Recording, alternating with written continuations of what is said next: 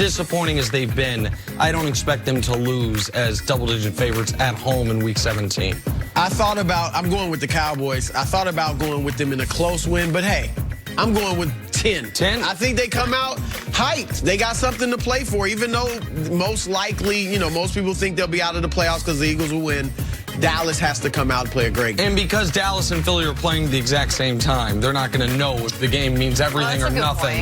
And the NFL does a good job making sure the games that could have correlating factors play at the same time. So they'll be playing like the playoffs are on the line, see if they can step up. All right, now before the games kick off on Sunday, download the Fox Sports Super 6 app. Play for free for a chance to win $250,000 of Terry Bradshaw's money. This is Nick's last weekend to earn that money. It's coming, America. Yeah. Thank you, Jennifer, for reminding everybody. You're absolutely right. $250,000 coming my way. So if you win it, we're going to be splitting it multi-ways. I got no problem sharing it with you guys. I need about 65,000 of it is what I got to have, but the rest just be gravy. So we can split it like 4 or 5 ways.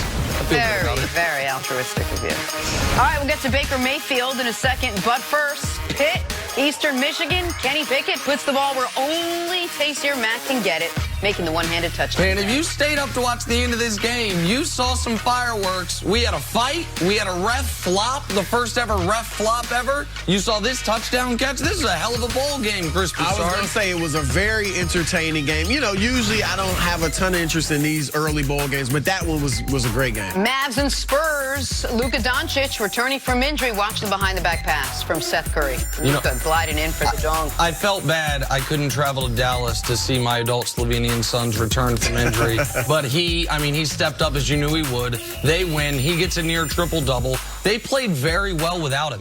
They played really well without him. They're a legitimate fringe contender in the West, Broussard. They stunned me with how well they played without him, and with him back, that's going to give me even more confidence. Look at that. Same game. Dorian Finney-Smith going high up for this.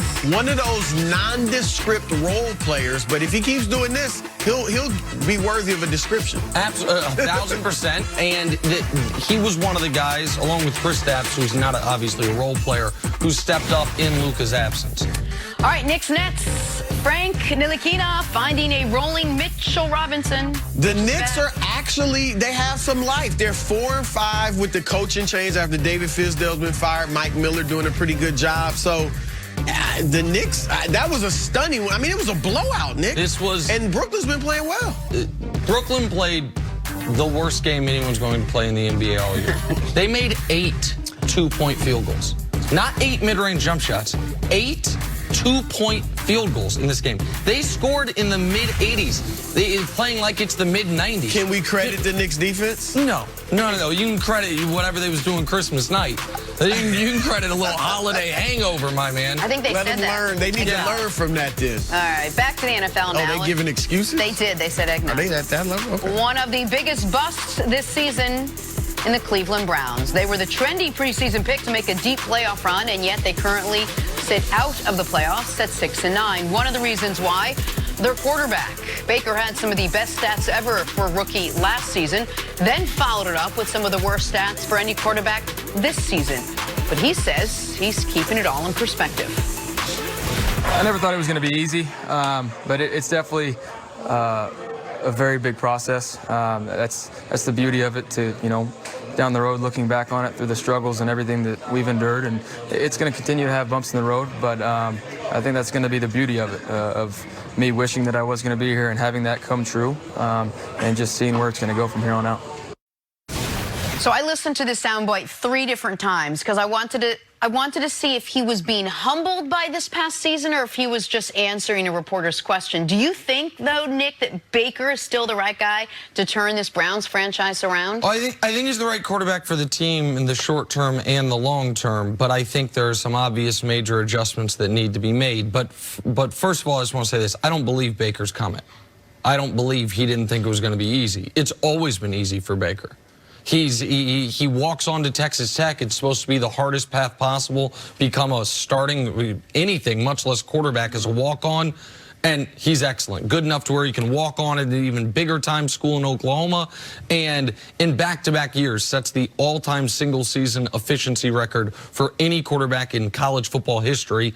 And then he goes to the NFL And a few weeks into his career, once he is named the starter, he kind of hits his groove and he sets the rookie touchdown passing record. It's always been easier than it should have been for Baker because of his talent, because of his drive, because of work ethic. It's not like things were handed to him. He's earned it.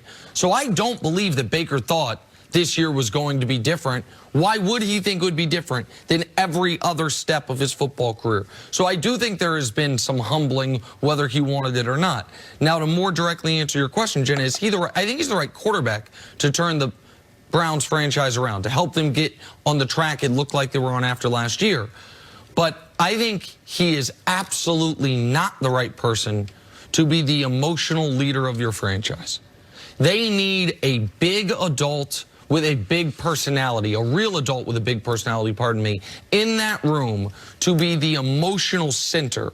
And honestly, to be the true face of the franchise, which is why some of these unproven college head coaches is not the way I would go for the Browns, because he is not yet, I believe, emotionally mature enough to be starting NFL quarterback. I think he is talented enough to be starting NFL quarterback, but he can't be the person that turns around the locker room. He has to just be the person that gives you high quality quarterback play, and that is the entirety of his job description until he grows into the rest of the job. Wow, that's interesting. First of all, let me say this. I agree with you in that I think he can be the quarterback there, and they can be successful. I don't like saying he's the guy to turn the franchise around because, quite honestly, I have more faith in OBJ, Jarvis Landry, Nick Chubb, and Kareem Hunt than I do in Baker. But I do think with that, I mean, think of what I just named. That with that type of arsenal around him, I think he's a good enough quarterback where they can be a really successful team. But what you said is interesting because when you think about the teams that are really the most successful, especially the ones that are successful every year, New England, who said, now Belichick obviously is a strong presence as the coach, but Brady kind of sets the emotional tone of that team, right? Seattle, Russell Wilson, same thing. You know, Aaron Rodgers, he's had his issues there, but still his team, right? For sure. New Orleans, you're right. Yeah, Drew Brees. Like, I don't know what team where the quarterback isn't that guy where they're successful year after year after year. Now, Cam is a guy that may be a little like Baker, up and down, you know, kind of a strange kind of leader at times. And that team has been up and down like that as well. But don't you think that typically young quarterbacks grow into that? Like, Patrick Mahomes is the star of the Chiefs. But the voice of the Chiefs is Andy Reid. The only reason Patrick Mahomes became the face of it is because he was so sensational immediately. Russell Wilson became the voice of Seattle, but early on, he had some pushback, and it was Pete Carroll and a kind of that Legion of Boom leadership. And while Drew Brees at this point is a partner with Sean Payton, early on, this was a Sean Payton operation that Drew Brees was a godsend for, and certainly Belichick set the tone early for New England before Brady matured into it. So I think for young quarterbacks, typically, they do need, the most successful ones that we've seen, a strong established head coach to help shepherd them along the way, so to speak. Well, I think Mahomes and Wilson, you saw the character, not that Baker doesn't have character, I'm not saying that, Sure. but you saw character traits in them that screamed leader. You know, the work ethic and just the way they handle themselves, their sound bites and things like that. Now, we haven't seen many like Baker. I mean, obviously you had Jim McMahon with Chicago, but that was 1 year, really, where they won the Super Bowl. We haven't seen many quarterbacks lead this way. I'm not saying it can't be done. This is a different day and age. But I thought that was just very interesting because if he can't be that emotional leader, now maybe he will grow into it. And that's one of my main points in why I want to give Baker the chance and not throw him out and say he can't get it done because he's had a second bad year. They need a better coaching staff. You know, Freddie Kitchens obviously has had trouble calling the plays. You talked about it earlier in the week against Baltimore, just at the end of the first half, how it was madness. And their red zone play calling has been horrible. So with a better coaching staff, I don't know if they keep Todd Monken or not, but he really hasn't, the offensive coordinator, hasn't gotten a chance to call the plays this year. I think he would be doing things a lot differently. But whatever they do, I'm sure Freddie Kitchens won't be there. They bring in a better coaching staff. I think that will help Baker. And for all his bad stats this year, he is 20th in QBR, which isn't great. But we know QBR takes into context everything.